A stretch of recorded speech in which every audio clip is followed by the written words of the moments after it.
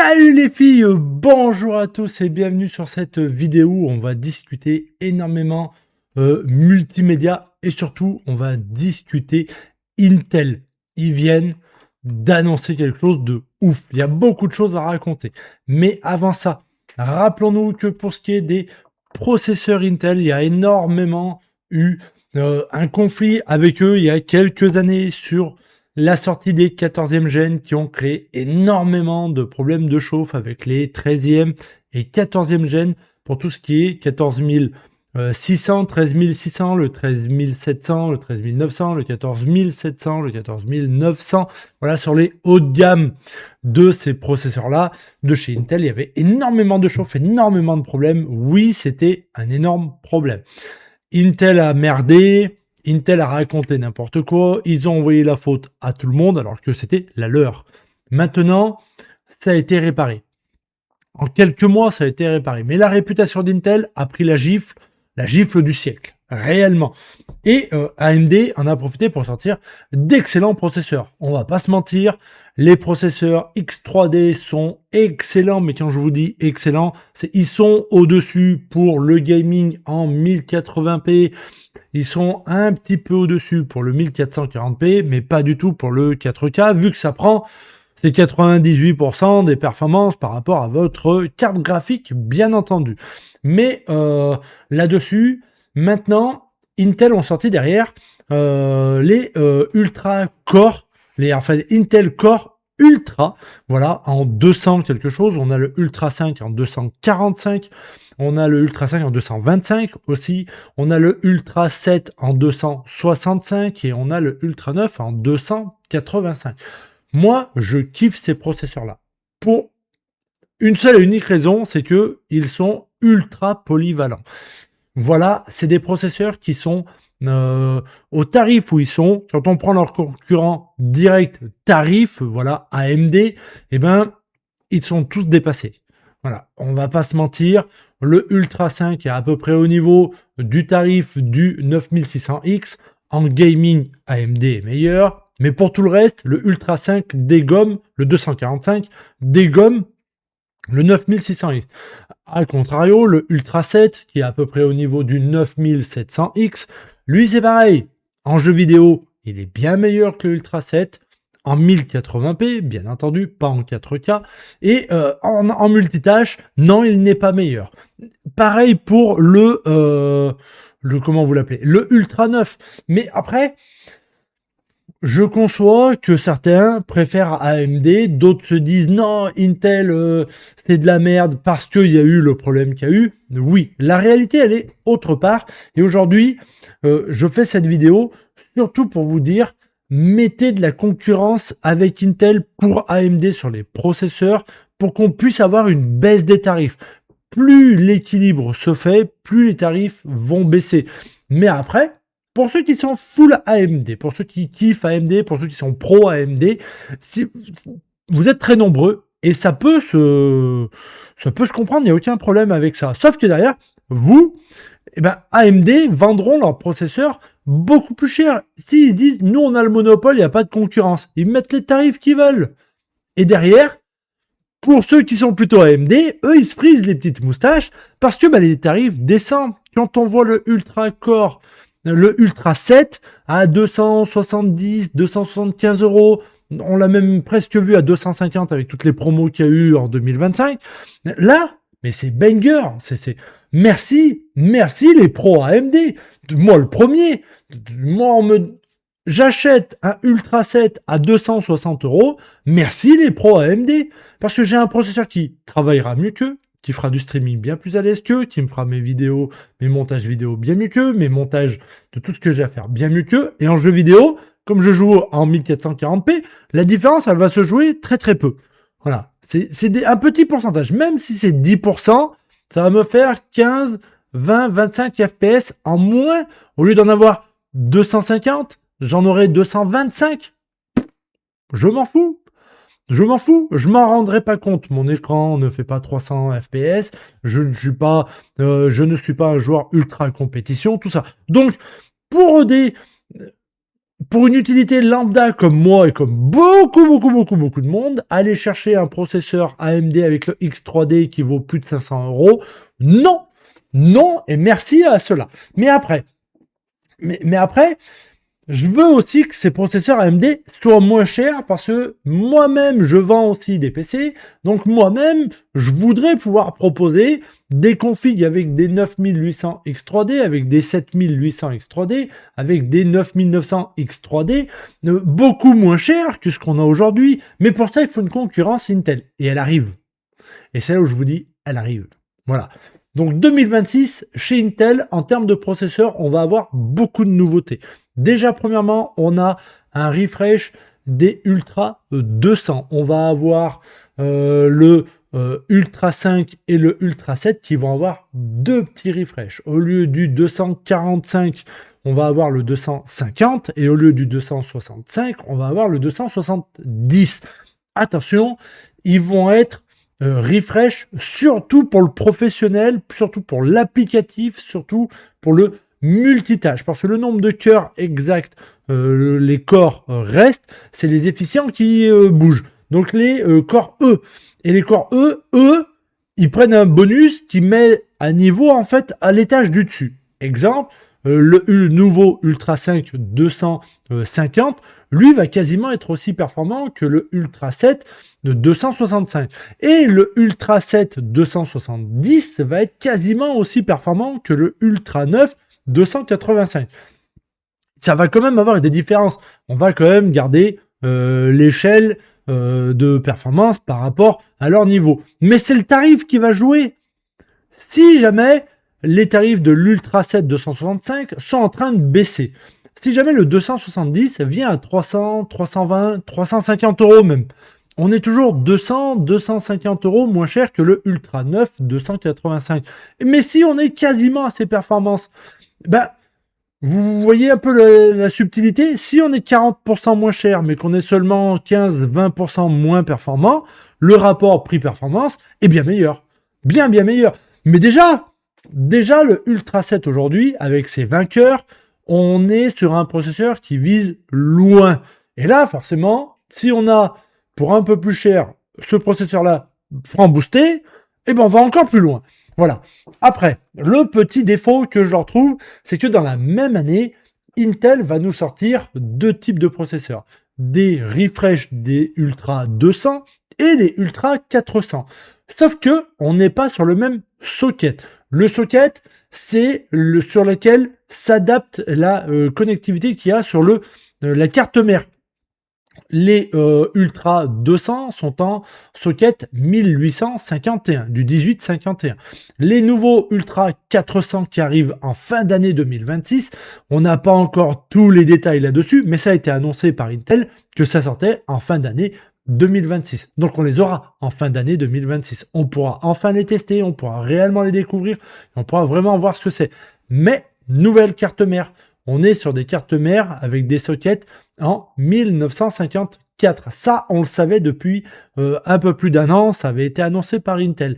Mais la différence, elle est que les nouveaux sockets, les nouveaux processeurs Intel qui arrivent en Ultra 400, donc on va avoir le 445 pour l'Ultra 5, le 465 pour le Ultra 7 et le 485 pour le Ultra 9. Là, on nous annonce un Ultra 9 avec 52 cœurs.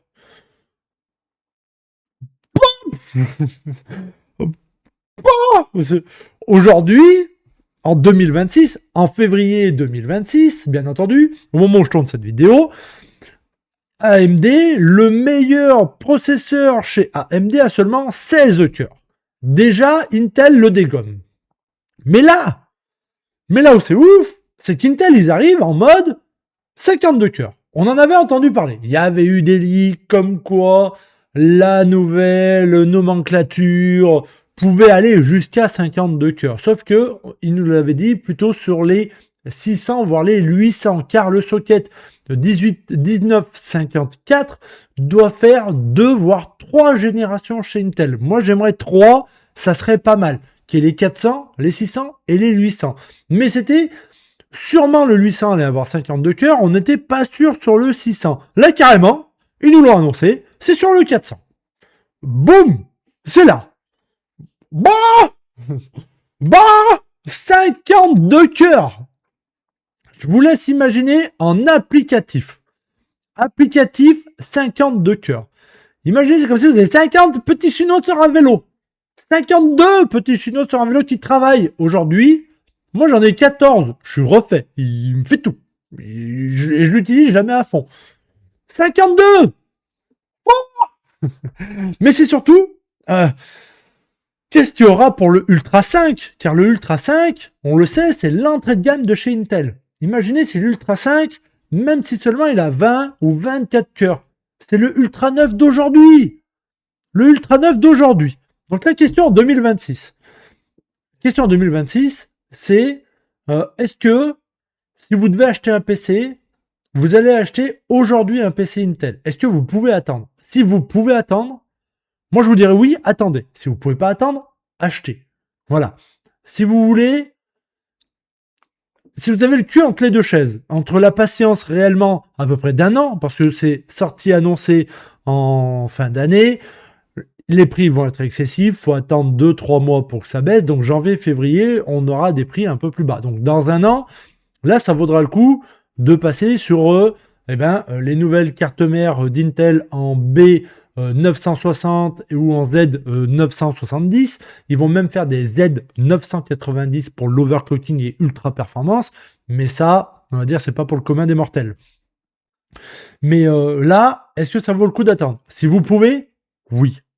Si vous pouvez, oui. Oui, oui. Attendez, sans hésiter, patientez. Voilà. Si vous pouvez, si l'ordinateur que vous avez aujourd'hui peut tenir encore un an parce qu'il marche bien, parce qu'il n'est pas obsolète, attendez. Pour ceux qui ne peuvent pas attendre du tout, prenez maintenant. Voilà, changez de PC maintenant, envoyez-moi un message, je m'occupe de votre devis, on s'occupe de tout. Mais ensuite, pour les autres, pour ceux qui veulent upgrade, mais qui ne savent pas quoi prendre, est-ce que, comme moi, je pensais prendre une Z 890 avec le Ultra 9. Mais si le refresh du Ultra 7 en 270 a à peu près les performances de l'Ultra 9, je me dis que je peux avoir un processeur moins cher pour les mêmes performances. Je vais peut-être patienter un peu. Moi qui ai le cul entre les deux chaises, moi je vais peut-être attendre le refresh. Après, oui, je le sais, ma carte mère sera bridée, je ne pourrai pas le upgrade. Mais c'est pas grave. Parce que si tous les 2 ans Intel sort un processeur, ce qui voudrait dire que dans 6 ans, voilà, parce qu'on va avoir les 1954 du socket qui sortent là, donc les 400. Donc dans 6 ans, on sera sur la fin des 800. Et potentiellement les nouveaux, comment ils vont s'appeler? Disons les 1000 pour continuer entre 200, 400, 600, 800, 1000. Les 1000 auront un nouveau socket. Bah là, quand moi je vais changer, je prendrai un 1000. Donc en fait, la série du socket 1954, je vais jamais en avoir l'utilité. Et c'est là que la question elle se pose. Si vous avez réellement besoin, je parle pour Intel, hein. Bien entendu, vous inquiétez pas, AMD ne sont pas déclassés, AMD n'est pas mort du tout. Mais pour ceux qui veulent du Intel, si vous avez besoin d'un ordi aujourd'hui, oui, le Ultra 7, il est banger, à moins de 300 € aujourd'hui, on le trouve à moins de 300 €. Moi, je peux vous le vendre à moins de 300 €. Donc, c'est banger. Après, pour ceux qui peuvent attendre un petit peu, pour un petit boost, faites comme moi, attendez. Pour ceux qui veulent vraiment exploser en performance, les Ultra 400, dans un an, c'est pour vous. Dans un an, appelez-moi, j'en aurai. Voilà. Mais là, c'est pas terminé. Sur la série des 400, avec la nouvelle nomenclature, ils vont évoluer le L3. Qu'est-ce que le L3? Le L3, c'est le L3 V-Cache. Vous en avez tous entendu parler. Sur AMD, c'est le X3D. Voilà comment il s'appelle chez AMD. Voilà. Ça, c'est le petit turbo que j'ai expliqué en live récemment. C'est le petit turbo qui fait que les performances en jeux vidéo sont bien meilleures. Intel n'avait pas trop développé ça. Intel, ils étaient en puissance brute. Voilà. Là, on a Intel qui développe sur leurs nouveaux processeurs qui ont 10 fois plus de cœurs que ceux d'AMD, leur petit turbo pour les jeux vidéo. Ce qui veut dire que vous allez avoir des nouveaux processeurs Intel aujourd'hui sur papier, on ne l'a pas encore testé, on n'est pas sûr à 100%, mais de l'annonce d'Intel aujourd'hui, quand je vous parle, c'est sorti aujourd'hui, j'en parle aujourd'hui en vidéo, en soi, on va avoir des processeurs qui auront le turbo pour les jeux vidéo, qui seront donc presque aussi meilleurs que les AMD aujourd'hui, mais qui vont les exploser en point de vue multitâche pour moins cher. Voilà ce qu'on sait. Voilà ce qu'ils nous annoncent aujourd'hui. Mais si c'est réellement ça, AMD, j'attends avec impatience la réponse d'AMD. Parce que la sortie du Ryzen 7 9850 X3D, c'est un flop. Ah, le flop le plus légendaire du monde. Voilà. Oui, c'est le meilleur processeur en gaming en 1080p. Mais il est tellement cher pour le peu de performance qu'on gagne par rapport à son petit frère. Nul à chier. Le flop total. Il joue trop sur le X3D attire le monde. Et là, AMD, c'est en train de se prendre... Pardon. C'est en train de se prendre un retour de bâton phénoménal. Voilà. Mais là, moi j'attends les annonces d'AMD. Parce que là, Intel vient de l'annoncer. On sait qu'AMD travaille sur des nouveaux processeurs. Les séries 9000 sont là depuis quelques années. On doit avoir l'autre série. Est-ce que ça va être la série 10000? Est-ce que ça sera la série 11000? Normalement, on devrait avoir les 11000. Je l'attends avec impatience. Un 11800 X3D pour un Ryzen 7 11800 X3D, qui sera sûrement le meilleur processeur pour le jeu vidéo. Voilà. Là, je ne veux plus qu'il ait 8 cœurs. Moi, je veux qu'il en ait au moins 16. Ce processeur-là doit avoir au moins 16 cœurs dans la nouvelle gène. Parce que s'il n'en a pas 16, et que Intel font des processeurs à 24, 30, 40, 52 cœurs, comment AMD peut se défendre là-dessus? Comment AMD va se défendre? Ils seront juste les meilleurs pour du jeu vidéo en 1080p et c'est tout. Sur tout ce qui existe, ça serait le seul endroit où ils seraient les meilleurs. J'ai pas envie de croire ça. Moi, je veux pas qu'AMD fasse ça. Pour vous comme pour moi, il faut de la rivalité. Il faut de la rivalité. AMD ne rivalise pas du tout avec Nvidia sur les cartes graphiques. Ils ont plusieurs types de cartes graphiques, 4, et ils vont pas chercher plus loin, contrairement à Nvidia. Et voilà. Mais le problème, c'est qu'ils se placent là où ils ont envie de se placer. Et après, bah, nous, on se dit, bon, bah, ok, celle-ci, elle a à peu près les performances de elle est vendue un peu moins cher, ok, donc elle est mieux qu'elle. Mais c'est nous qui faisons ce classement-là, c'est même pas AMD. AMD, ils sortent même pas des cartes graphiques pour dire on va concurrencer celle-là, on va concurrencer celle-là. Ils s'en foutent, ils les sortent. Elles sont très bonnes en jeux vidéo, elles sont très moyennes en streaming, et merde. Et merde, on a l'impression qu'AMD, ils font juste acte de présence. On les aime bien, donc ils continuent. Ça me fait chier. Ça me fait chier. Moi, je veux voir un AMD qui se bat. Moi, je veux voir un AMD combatif. Il est leader sur les CPU processeurs en gaming. Oui, parce que Intel s'est laissé faire. Intel revient dans la course. Moi, je veux un AMD qui se dit non, ma première place, je la garde. Et ils nous sortent un truc de fou. Et voilà. Et en carte graphique, moi j'aimerais qu'ils nous en sortent une avec 20 ou 24 Go de VRAM. Alors aujourd'hui, oui, elle serait chère, mais on a des 5090 à 4500 €. Ils peuvent pas nous sortir par exemple, une 9080 XT avec 24 Go de VRAM qui va les concurrencer, la 5080 plus, tu vois. Voilà. Qu'elle soit 5-10% au-dessus, allez, 5% au-dessus de la 5080. Voilà. Ben là, ça va concurrencer. Et qu'ils la vendent 200 € moins cher. La 5080 se vendra beaucoup moins cher. Vous verrez que la 5070 Ti et la 5080 descendront en tarif. Mais non, ils le font pas. Et merde, elle est où la guerre? C'est la guerre chez eux. Pour moi, AMD, ils sont en guerre directe avec Intel pour les CPU, Nvidia pour les GPU, et il devrait y avoir une guerre. Le problème, c'est que non, ils le font pas. Pour du professionnalisme, je suis désolé, mais aujourd'hui, on a les tableaux qui sont sortis. Je les ai plus en tête. Gigfio et Pax en ont parlé bien mieux que moi, pour ceux qui ont vu leurs vidéos.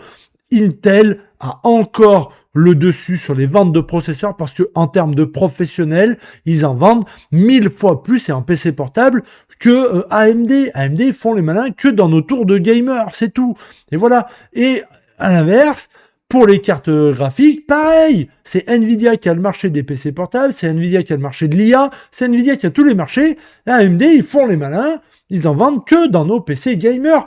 Mais quand est-ce qu'ils vont venir se battre réellement? À quand? À quel moment dans les PC gamers ils vont revenir au moins là-dedans, faire une grosse patate aux deux leaders mondiaux?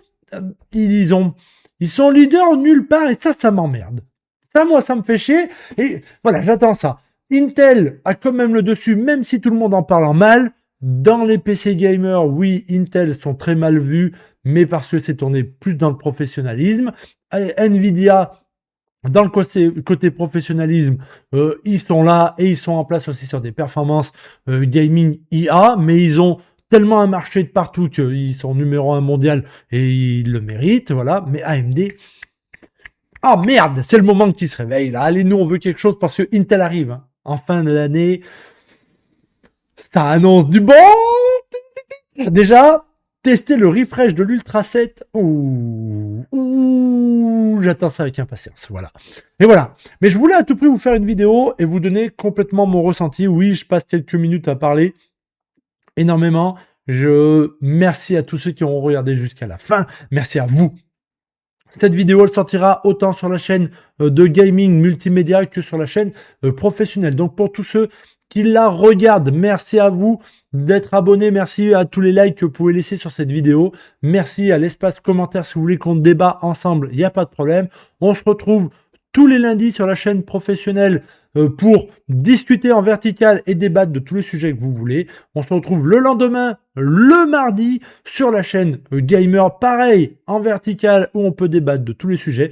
Que vous soyez sur l'une, sur l'autre ou sur les deux, vous pouvez passer à tout moment sur tous les lives, tout ça. Moi, je vous embrasse très fort, je vous dis merci. Prenez soin de vous. Si vous avez la moindre question, toutes les informations nécessaires sont sur la chaîne. Toutes les informations sont en description. On n'oublie pas le mail, le WhatsApp, ça fait toujours plaisir. Merci à tous. Des bisous. J'espère avoir été assez clair et j'espère que vous le prenez pas mal pour les pros AMD. Si j'ai parlé beaucoup d'Intel, je kiffe AMD. Allez, des bisous.